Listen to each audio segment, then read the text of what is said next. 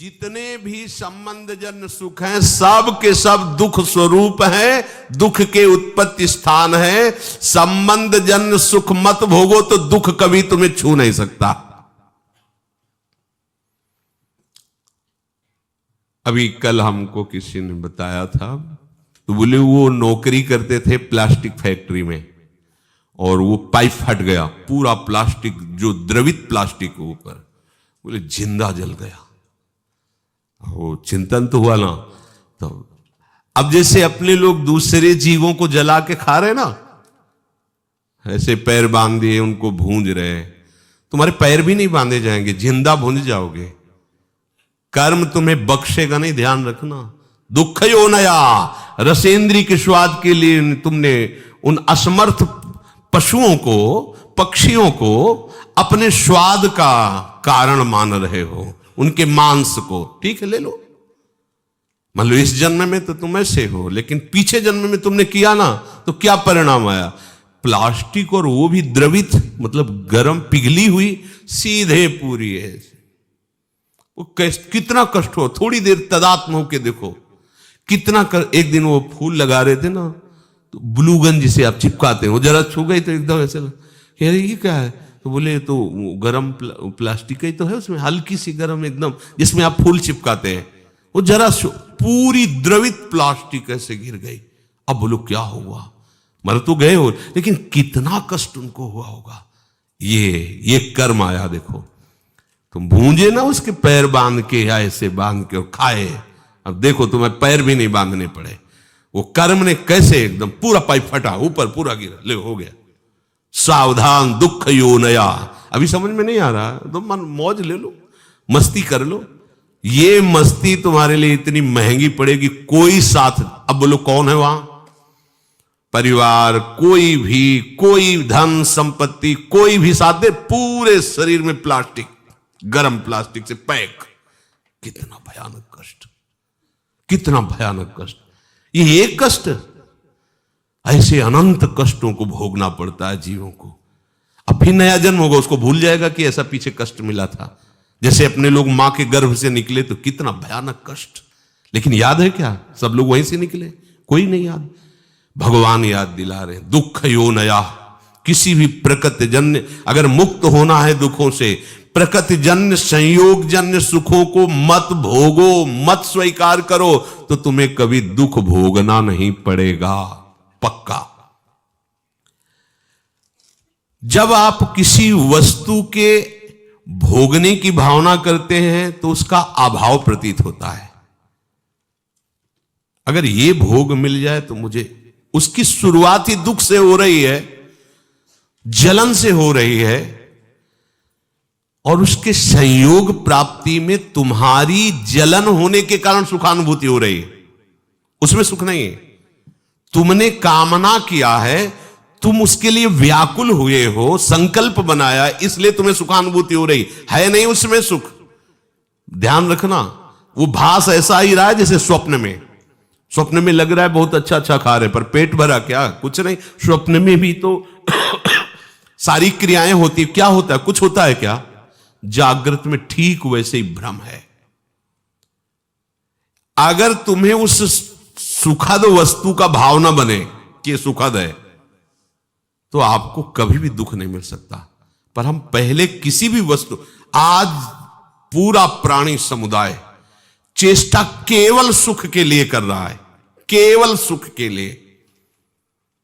परिणाम सबको दुख मिल रहा है। जो प्रभु की तरफ चले वो धीरे धीरे दुख से निवृत्त होते हुए परम सुख की तरफ जा रहे हैं। भले आज शरीर दंड भोग रहा है पीछे के कर्म का, लेकिन आगे प्रकाश है, क्योंकि भगवत मार्ग में चल रहा है।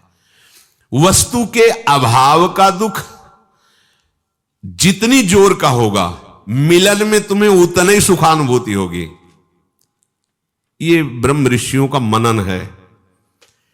वस्तु के भोग का जितना गाढ़ चिंतन होगा, उतने तुम्हें उस भोग में सुख लगेगा, है नहीं? लगेगा।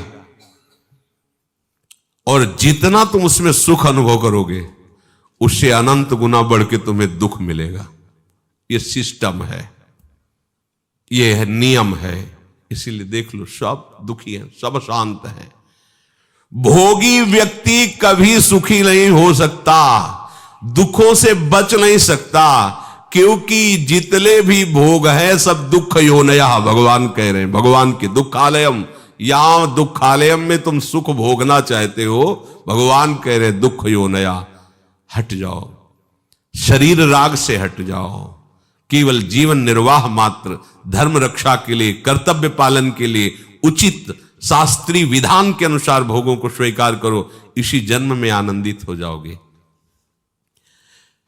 अगर आप केवल भोगों में ही सुख मान करके रत हो तो परिणाम ताप संस्कार दुखैर गुण वृत्ति विरोधाच दुखमेव सर्वम विवेकिनः, तुम्हें 3 प्रकार के दुख वर्तमान में ही भोगने पड़ रहे हैं। देख लो, परिणाम दुख, पीछे जो कर्म किए उनका परिणाम भोग रहे हो, परिणाम दुख और ताप दुख और संस्कार दुख, ये 3 सुख भोगने वाले को भोगना ही पड़ता है। देखो, सुख भोगने वाले के लिए लिखा है, जो संसार में सुख भोगने की वृत्ति लिए हुए उनको ही अपने आप 3 दुख भोगने पड़ते हैं, परिणाम दुख, ताप दुख और संस्कार दुख। संपूर्ण विषय भोग आरंभ में सुख रूप सबको प्रतीत होते हैं।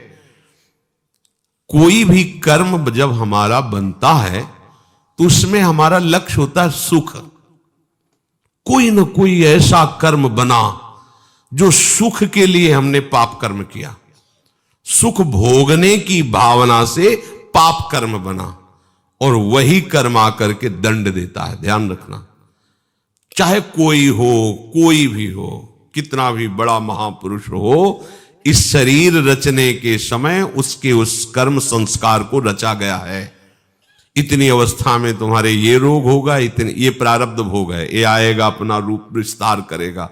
लेकिन ये भजन का, ये भगवत शरणागति का प्रताप, वो बस कवच बन करके उसकी रक्षा करता है, ना उसे भय होने देता है, ना शोक होने देता है। अब ये शरीर छूटा, पीछे सब गोदाम में आग लग गई, अब उसमें एक भी कर्म ऐसा नहीं जो जग सके या नवीन हमें बंधन दे सके, खत्म। आगे जो कर्म हो रहे हैं भगवद अर्पित हैं, वो खत्म। प्रारब्ध जो है धीरे धीरे खत्म होता जा रहा है, और उसको कैसे भुगवा रहे? कृपा कवच से। सत्य कहते हैं, अगर प्रियाजू की शरण में ना होते तो रोज हम ऐसे जलते जैसे किस तवा में रोटी सेकी जाती है, ऐसे जलते और मनाते कि ये शरीर छूट जाए तो अच्छा है, मनाते। कहां इतनी अर्थव्यवस्था, कहां ऐसी सेवा, कहां ऐसा हृदय की विश्राम स्थली, कहां हृदय को लगाते, किस पर लगाते? जिस पर लगाया था वही धोखा दे रहा था। क्या होता थोड़ी देर भी तो बिल्कुल एकदम जैसे जल में कमल का फूल रहे, ऐसे प्रियाजू रख रहे। संपूर्ण विषय भोग आरंभ में सबको सुख रूप प्रतीत होते हैं, और वही कर्म, वही विषय भोग परिणाम में महान दुख प्रदान करता है। एक सत्य घटना, ब्याह हुआ, पत्नी आई, तो जैसे परस्पर स्त्री पुरुष आसक्त हो जाते, ऐसे पति आसक्त हो गया।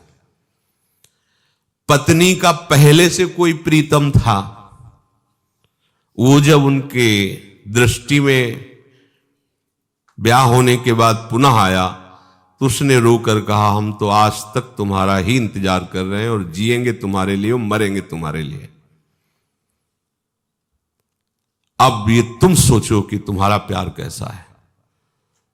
तो उसने कहा, इस बार हिसाब हो जाएगा, हम मायके आ रहे हैं, वहीं बुलवाएंगे इनको।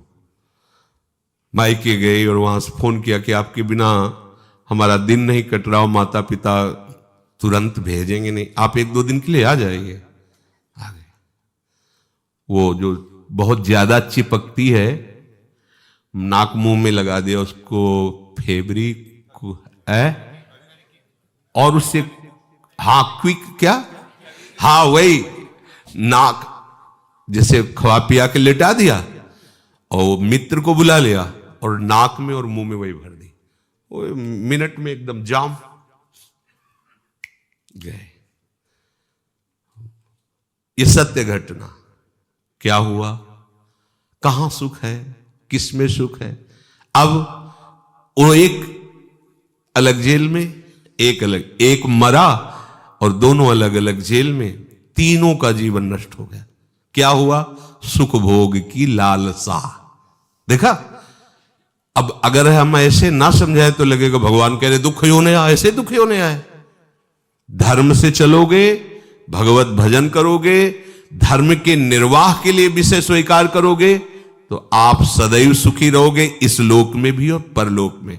धर्म विरुद्ध आचरण करोगे, सुख भोग के लिए भगवान की आज्ञा को उल्लंघन करोगे तो ना यहां सुख पाओगे ना वहां सुख पाओगे। लिख लो ये बात, आज भले मुस्कुरा लो, कल मुस्कुराहट में जहर होगा।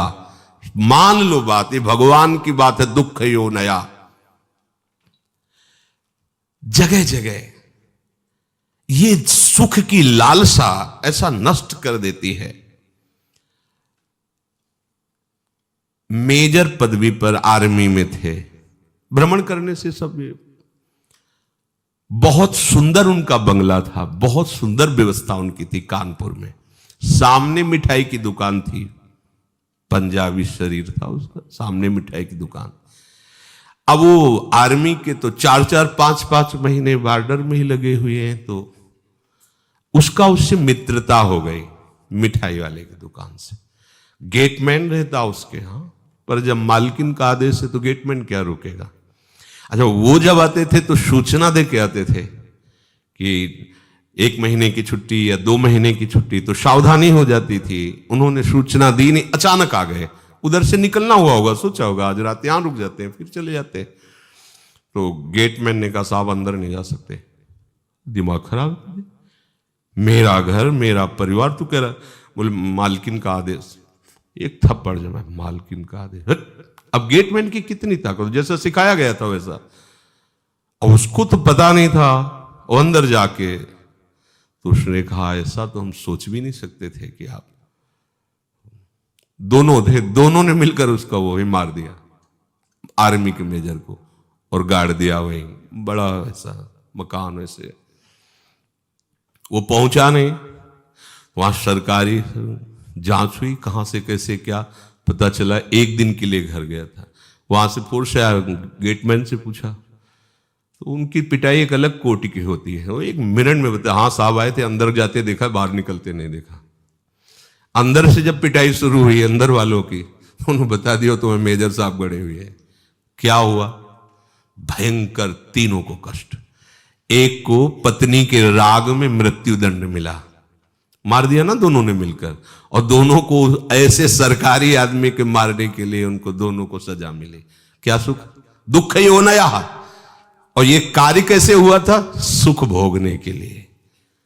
जितना भी आप धर्म रहित आचरण करेंगे कहीं भी त्रिकाल में, ये तो ब्याज हुआ उस कर्म का।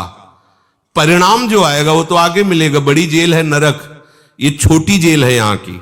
यहां जो डंडा चलते हैं, फांसी मिलती या और जो भी कष्ट, ये ऐसा मान लो कि ब्याज मिलता है, और मूल हिसाब तो आपको बड़ी नरक में मिलेगा, जो यमराज के दरबार की, यहाँ के जेलर यमराज हैं, वहां जो मिलता है। वहां ऐसा नहीं होता कि 10-5 कोड़े मार दो या 10-5 साल की जेल दे दो। एक एक कष्ट को कल्प कल्प तक भोगने के लिए दंड दे दिया जाता है। अब जीव है, वहां मरना तो है नहीं, यातना देह में पड़ा भोगता रहता है। दुख यो नया, भगवान के वचन है, इसलिए ये परिणाम दुख है। धर्म विरुद्ध आचरण, भागवतिक आदेश के विरुद्ध आचरण करोगे, कभी भी कहीं भी सुखी नहीं हो सकते, चाहे जितना दान पुण्य कर लो। दान पुण्य एक अलग कर्म हो गया और वो पाप कर्म एक अलग कर। अगर कट सकता है तो एक ही काट सकते हैं, वो केवल भगवान है। मामेवे प्रपद्यन्ते माया में ताम, वो कह रहे हैं हम त्वाम सर्व पापेभ्यो मोक्षयिष्यामि मा शुचा। दूसरे व्यक्तियों के पास अपने से अधिक भोग देखने से या इच्छानुसार भोग भोगने की इच्छा से, भीतर में जो भोगों की इच्छा है पर शरीर में सामर्थ्य नहीं, किन्हीं कारणों से, या जिससे हम अपना प्रेम संबंध स्थापित किए हैं वो हमसे प्यार ना करके और से, इन सब कारणों से एक ताप हृदय में पैदा होता है, जलन। जिसको कहते हैं हम डिप्रेशन में जा रहे हैं। प्रभु को नहीं पकड़ा है तो डिप्रेशन में नहीं जाओगे और कहां जाओगे? अभी तो कम डिप्रेशन है, ऐसी जगह भेजे जाओगे जहां डिप्रेशन है, वहां कहीं शांति नहीं, एक क्षण के लिए भी शांति नहीं। आओ ऐसी जगह में जितनी गलतियां होंगी सब क्षमा हो जाएंगी। बहुत करुणा में सरकार है, अति उदार भी सुंदर। मान लो इनकी शरण में हो जाओ, दुख से बचने के लिए शरण में हो जाओ। भगवत प्राप्ति, परमानंद और प्रेम, ये तो सब आगे की बातें। इन दंडों से बचने के लिए हो जाओ कि ये राष्ट्रपति हैं, जैसे न्यायालय से पास हो गया कि अब इसे फांसी मिलेगी, राष्ट्रपति माफ कर सकता है। अहम तो आम सर्व पापेभ्यो, आओ तुम सर्वधर्मान परित्यज्य मां में खुला दरबार है श्री कृष्ण का। कह रहे आ जाओ, माफ कर दूं। अरे चल पड़ो ना, काहे को पीछे लौट रहे हो? पीछे लौटोगे हर जगह धोखा ही धोखा है। पाए जान जगत में सब जन कपटी कुटिल कलयुगी टंचु। ये ताप होता, जलते रहते हैं। कौन कौन सा? अपने से अधिक भोग देखकर हृदय जलना, इच्छानुसार भोग ना मिलना। इच्छानुसार भोग है पर भोगने के सामर्थ्य। बड़े लीला बिहारी, जब भूख थी तब भोजन ले, जब भोजन है तो भूख ले। लीवर खराब, ये खराब, वो खराब। जब लीवर काम कर रहा था तो रोटी ले मिल रही थी, और जब रोटी की व्यवस्था होगी तो लीवर काम नहीं कर रहा। ऐसा उसका खेल लीला विचित्र है। जलो जलो बैठो। जब भोग सामग्री नहीं थी तब भोग सामर्थ्य थी, और जब भोग सामग्री आई तो भोग सामर्थ्य खो गई। जल बैठे देख देख भोगों को और जलता रहे पूरा संसार। अब चाहे जितनी दवाइयां खा ले, बड़ा विचित्र खेल, बड़ी सूक्ष्मता से मारा जा रहा है, वो समझ ही नहीं पा रहा है। भोग भोगने की सामर्थ्य नहीं, पर भोग इकट्ठा है, जल रहा है। अब भोग की सामर्थ्य है पर दूसरे के पास वो भोग है नहीं, उसके पास वो देख देख के जल रहा है। और भोग है और भोग भोगने की सामर्थ्य भी है, पर भय लगा हुआ है कहीं तीसरा छीन न ले, ये जल रहा है। कह रहे कि ये ताप दुख किसी को नहीं बख्शता। परिणाम दुख पहला, और ये दूसरा ताप। अधिकतर इसी ताप दुख से जल रहे हैं। और तीसरा है संस्कार दुख। यद्यपि ये साधकों में भी पाया जाता है, वो नहीं चाहते हैं भोगना, पर पूर्व संस्कार बस उसे विवस्था हो रही और वो दुख भोग रहा है। ये साधक मिटा सकता है, तीनों दुखों को मिटा सकता है। भगवद आश्रित होकर विवेक के द्वारा परिणाम दुख को भोग करके निपटा देगा। जैसा भी परिणाम आया है हमारे ही कर्म का परिणाम है, पर हम प्रभु की शरण में उनकी स्मृति के बल से, उनके आश्रय के बल से इस दुख को सह सकते हैं, परिणाम दुख को। और ताप वाला दुख इसलिए नहीं होता उपासक को, क्योंकि उपासक का लक्ष्य परमात्मा प्राप्ति है। वो इस सब पचड़े को पहले ही त्यागने की चेष्टा में रत है। संस्कार दुख होता है, जैसे पूर्व का संस्कार है अधिक कामी होना, अधिक क्रोधी होना, जिन कारणों से हमें भगवत प्राप्ति नहीं हुई, वो कारण हमारे अंदर विराजमान संस्कार, वो हमको बार बार खींचते हैं, पर हम भ्रष्ट नहीं होते। उपासक उनसे लड़ता है, उपासक उसको समझता है ये हमारी कमी भगवत प्राप्ति नहीं होने दी, अब ये कमी हम रहने नहीं देंगे। प्रयासरत रहता है, फिसल भी जाए तो भी प्रयासरत रहता है। वो इस संस्कार दुख को मिटा देता है, तभी तो जीवन मुक्त होता है। ये तीन प्रकार के दुख बख्शते नहीं है किसी को भी, यदि आप भगवत प्राप्ति के मार्ग पर आरूढ़ नहीं हुए तो। बड़ा दुख में जीवन है, ये समझ नहीं पा रहे अपने लोग। अरे कब तक चैन से जियोगे? मरना है भाई, फिर नया शरीर मिलना है। और क्या क्या दशा होती है शरीरों की, क्या क्या, किस पर विश्वास करें? जब समाज की तरफ देखो तो लगता है किस पर विश्वास करें, किस पर? जो हमारे विश्वसनीय वही विश्वासघात कर रहे हैं, जिनको हमने जीवन दे दिया वही हमारा जीवन लेने के लिए तैयार, वही हमारे नहीं, बिल्कुल असहाय असमर्थ संसार में दिखाई दे रहा है। सोचो, किसी भी संबंध को सोचो, कहीं भी पवित्रता, कहीं भी विश्वास जिसके कारण हम जीवित है, वो रह नहीं रहा है, धीरे धीरे सब जा रहा है। बूढ़े माता पिता है, पुत्र सोचता है मरे तो प्रॉपर्टी आवे, कैसे मरे, कहां कहां कितना कितना वर्णन करे इस माया के स्वरूप का। एकमात्र भगवान की शरण ही तुम्हें बचा सकती है। कोई तुम्हारा नहीं, मान लीजिए कोई तुम्हारा, साहब छल कपट का चरित्र माया का भरा हुआ है। अगर आप थोड़ा भी भजन करेंगे तो आपको समझ में आने लगेगा, और भजन नहीं करोगे तो ये सुनने के बाद वहीं रति होगी, विरति नहीं हो सकती, वैराग्य नहीं हो सकता। यही भगवान की माया है। वो मार पीट करके बाहर निकाल देंगे, दरवाजे पे बैठे रहोगे, लेकिन आपका हृदय उन्हीं के लिए रोएगा, उन्हीं के लिए रोएगा। यही माया है भगवान की, यही भगवान की दैवी माया ऐसी विचित्र है कि हम जानते हो हमसे कपट कर रहा है, जानते हो हम अपने धर्म का पालन न करके मुझे निकाल रहा है, बूढ़े माता पिता, लेकिन वो उन्हीं के लिए रो रहे हैं। अगर उनसे कहें चलो उनको डांटते उनको दंड देते तो कहेंगे नहीं, हम कष्ट सह लेंगे, पर हम यही दरवाजे पे बैठे, ये मकान मेरा बनाया हुआ है, हम वो मकान कैसे बेच दें? बाप दादा का पूरा जीवन लगाकर हमने उसको बनाया है।